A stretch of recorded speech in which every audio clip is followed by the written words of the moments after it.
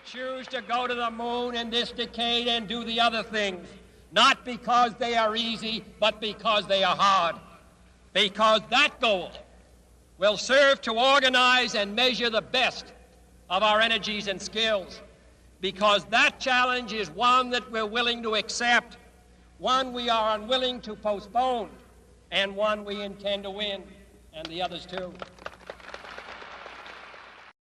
These ambitious words, spoken on September 12, 1962, would motivate some of America's best engineers, scientists, and pilots to come together and create the Apollo space program. The missions would face many hardships, yet would eventually land a few American men on the moon and create the foundations for modern-day space exploration in our solar system.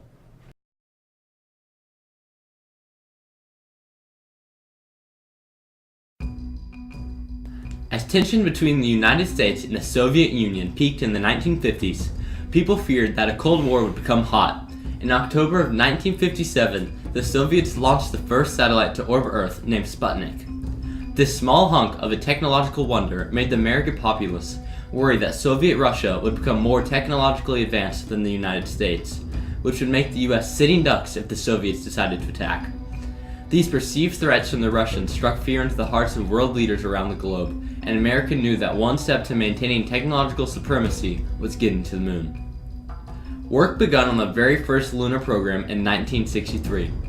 NASA planned on going big for their first launch by preparing measures for a manned mission named Apollo 1. And on January 27, 1967 at 1 p.m., Gus Grissom, Ed White, and Roger Chaffee boarded the Apollo 1 test cabin for a practice run of the takeoff procedures. As the mock launch drew on, constant malfunctions were noticed relating to communications and spacecraft controls. And nearly 5 hours in, at 6:20 p.m., Mission Control halted the countdown, leaving the astronauts as the sole occupants of the cabin.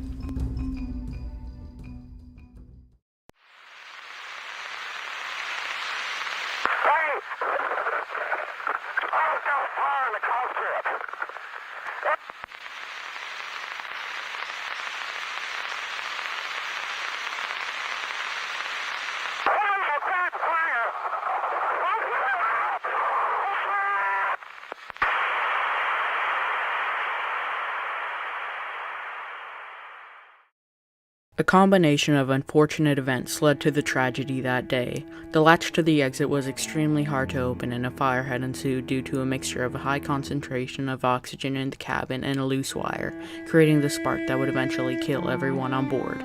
It was the perfect storm. This was a dark day in the history of NASA and the Apollo missions. The lunar program was falling behind on JFK's goal to get to the moon before the end of the decade. But eventually, the entire country had to move past this grim moment and focus on the task at hand.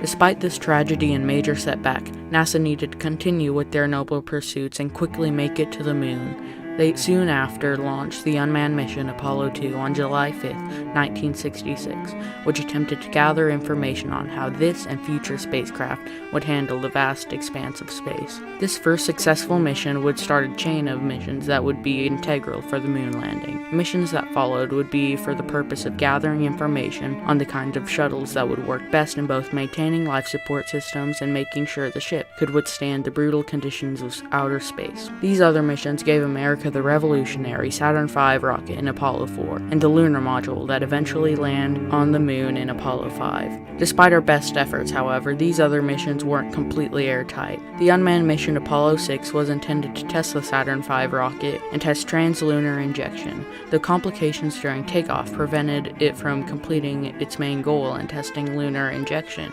They had still entered lunar orbit, and the mission was considered a success.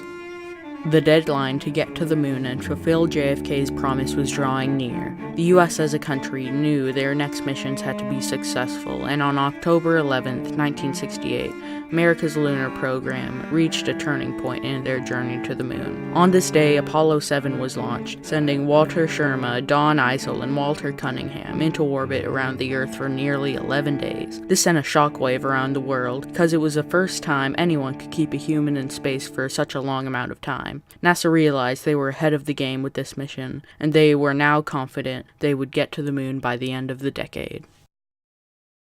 Their next mission, Apollo 8, was intended to be another simple Earth orbital mission. Yet the manager of the Apollo Spacecraft Project Office, George M. Low, had another idea in mind. He envisioned Apollo 8 being something bigger than an Earth orbital mission after the massive success of Apollo 7. Almost single-handedly, Low convinced NASA to make Apollo 8 a lunar orbital mission.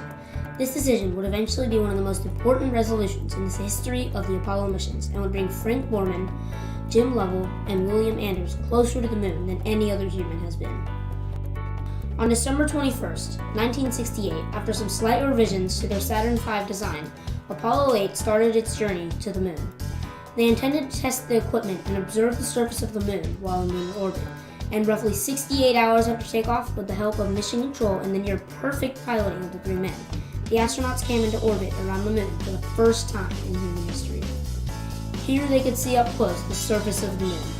Anders described the moon as follows on the Christmas Eve television broadcast.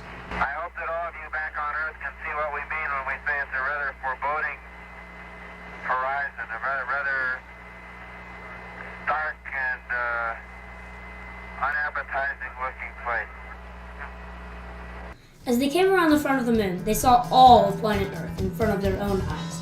Everyone they knew and would ever know were living their lives on that little dot, 200,000 miles away.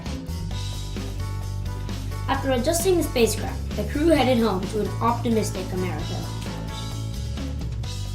With the help of these breathtaking photographs taken on Apollo 8, the American people were eager to see what NASA had to offer next.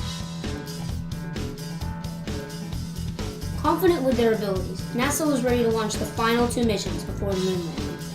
First, Apollo 9, a manned Earth orbital mission to test the new lunar module and safety equipment created for the landing. And second, Apollo 10, a manned lunar orbital mission to collect and refine data on the moon's gravitational field and other necessary information for the landing. There were no major complications with either mission and proved once again that NASA could very easily get to the moon. NASA was now prepared to finally fulfill President John F. Kennedy's promise to the country and land a man on the moon by the end of the decade. The world was ecstatic to see if America could do the one thing that no one had ever done before. Neil Armstrong, Buzz Aldrin, and Michael Collins were the flight crew on Apollo 11, and they were extensively trained on the handling of the spacecraft and all flight procedures. In short, they were the best men for the job. As NASA worked tirelessly on the last-minute preparations, all of the members of the flight crew were preparing for the worst, yet hoping for the best. On Apollo 16, 1969, the three astronauts finally embarked on the mission of a lifetime. Tension mounted as each stage of the rocket was successfully executed. Every news station was covering the live feed from the astronauts. Children were taken out of school to watch this historic moment on their televisions. 600 million people were there as the shuttle exited Earth's orbit. 600 million people were there as the lunar module entered lunar orbit. And 600 million people were there when Neil Armstrong and Buzz Aldrin landed the lunar module and took their famous first steps on the moon. It's one small step for man, one giant leap for mankind. Homes of Americans erupted with cheer for these brave men as they walked across the lunar surface. They spent around 20 hours on the moon's surface collecting samples and examining the terrain. Many photographs were taken that would be immortalized by history.